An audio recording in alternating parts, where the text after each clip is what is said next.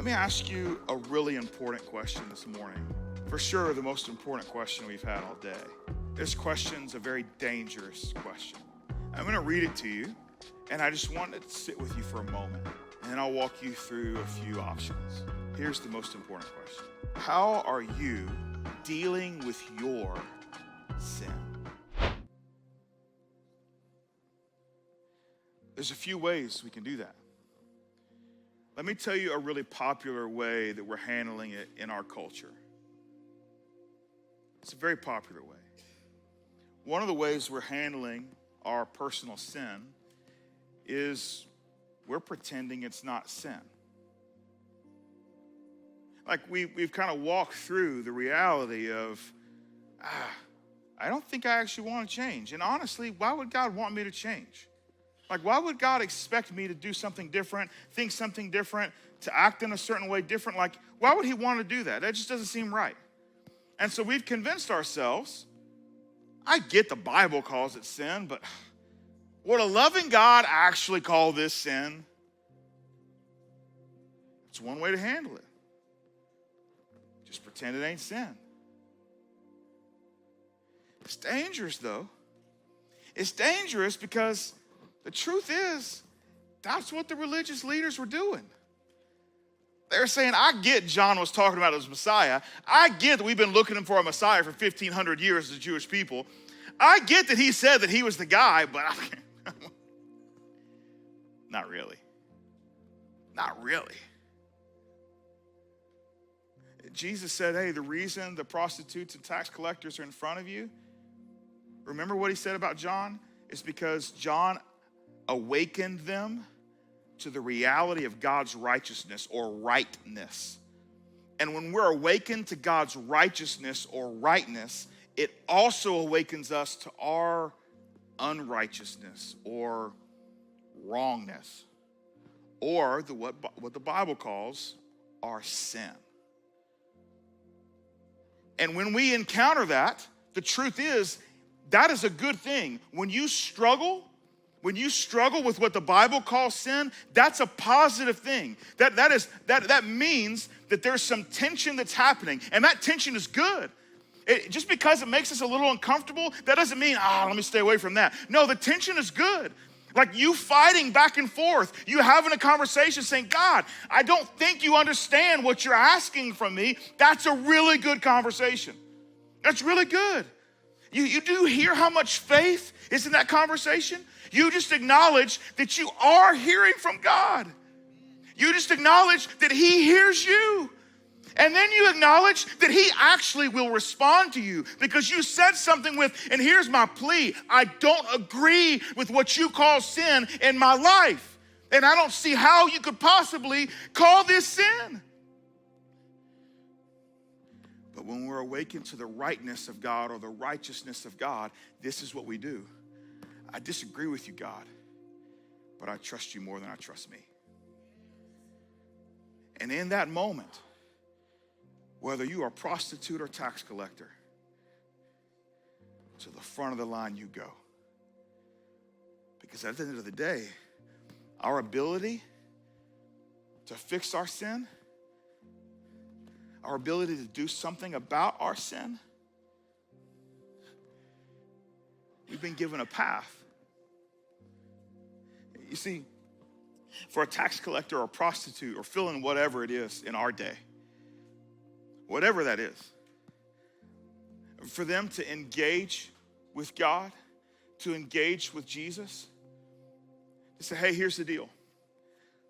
God, I don't even know if you understand how difficult it would be to step out of the sin that I don't want to even acknowledge as sin. Like I'm so entangled in it. Like my life is so tied up in it, and I just don't even know where to start. Like I don't even know how I would do that. If I wanted to admit that this was sin, I don't even know how. Like my life is so messy because of this. Like it just, like my whole thing is a part. Like I don't even know what I would do with it.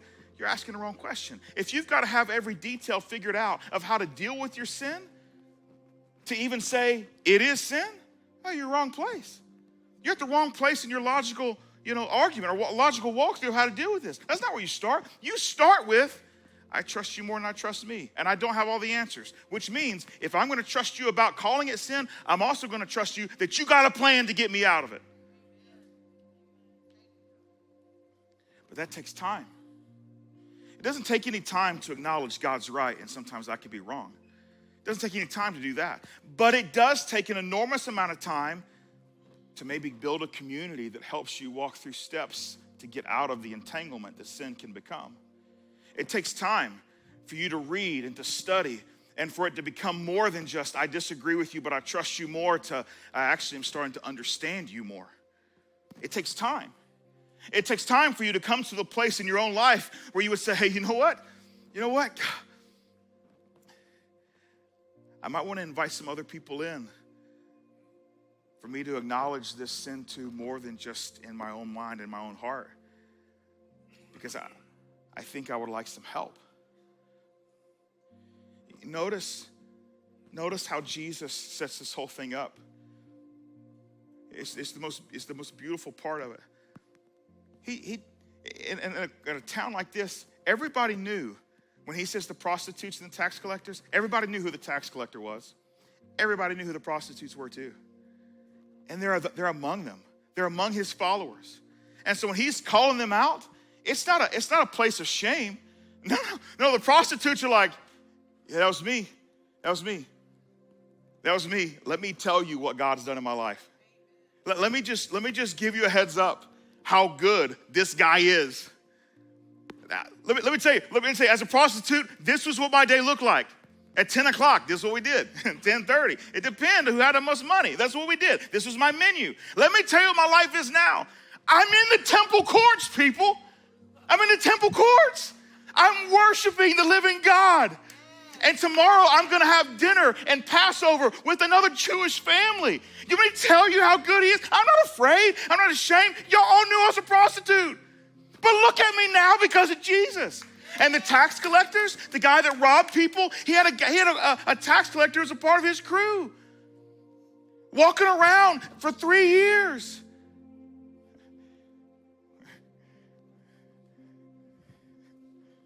Tax collector wrote the book we've been reading this morning.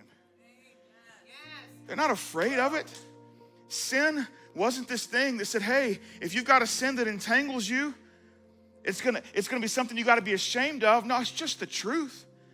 If anybody in our foundation family makes you feel less than because of your past, and is so stubborn and short-sighted not to be able to see what God is doing in your present and into your future, well, they've got religious issues and they're at the back of the line. But the only way that happens is the tax collector and the prostitute, the people that had sin that defined their lives, that at some point they didn't even define as sin. They had to embrace this characteristic of Jesus that we see throughout his entire ministry. Humility. You see, humility is what leads to change. Yeah, if there's a lot of pride that surrounds whatever that sin is you don't want to acknowledge as sin, then you are going to struggle. You're going to struggle to admit it's sin because pride is not going to lead to transformation. Humility in Jesus leads to transformation. Humility says, hey, I actually trust you more than I trust myself. Humility is the key. And Jesus is defined in multiple places as being someone that's incredibly humble. In fact, the church planter Paul goes so far to remind us that Jesus had a quality with God and he could grasp it in his hand. It was that tangible, but he chose not to. That's the humility of Jesus. He said, I could claim all the royal trimmings, all the royal attributes, all the royal, pieces of what it means to be a king. I could have all that if I wanted, but I'm gonna let it go. And I'm gonna become a servant. Not so much, not just a servant, a suffering servant. In my life for all of theirs. So what's the takeaway? I think it's simple. You should deal with your sin. You should deal with your sin. And you're the one that knows it. You don't have to have an answer for how to get out of the entanglement. That comes with maturing in faith. But that's not going to happen unless you acknowledge because you've been awakened to the righteousness of God. The truth is, when you decide to deal with your sin, there will be a moment when you take it off the rack because you got to deal with it, and you take it up to the cashier, and they're going to scan it, and it's going to say, this is going to cost your life and your blood. And all of a sudden, they're going to hit checkout, and a little digital thing's going to come across that checkout lady's screen that says paid in full, paid in blood, paid by the Son of God, paid by Jesus, paid in advance, whether you wanted to acknowledge it or not. Because while we were still sinners, Christ died for us. Without any guarantee you would ever even acknowledge the sin, Jesus said, put them on my list. I want to die for them. And as Jesus made his way to the cross later that very week we've been studying this morning, like just a couple of days later, he's in a garden praying, and one of his best friends leads a cohort of Roman soldiers and religious leaders into this garden, and they arrest him in the middle of the night. He goes through 6 trials, 3 political, 3 civil, or 3 religious, 3 civil trials, all of them under the cover of darkness.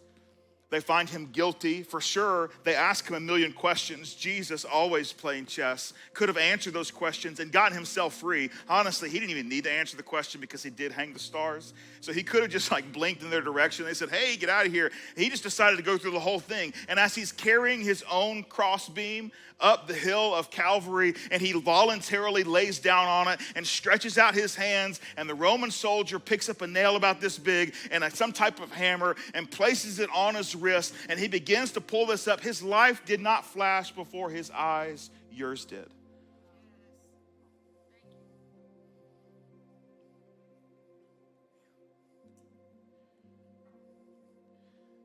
So be careful not calling the sin he died for sin.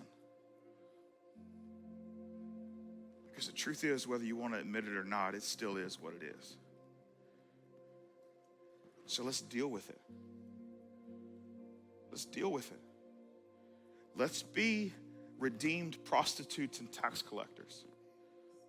Let's put ourselves at the front of the line of eternity with the King of Kings, because we're willing to just simply admit, my sin is sin, and I have no path forward to deal with it other than the blood of Jesus.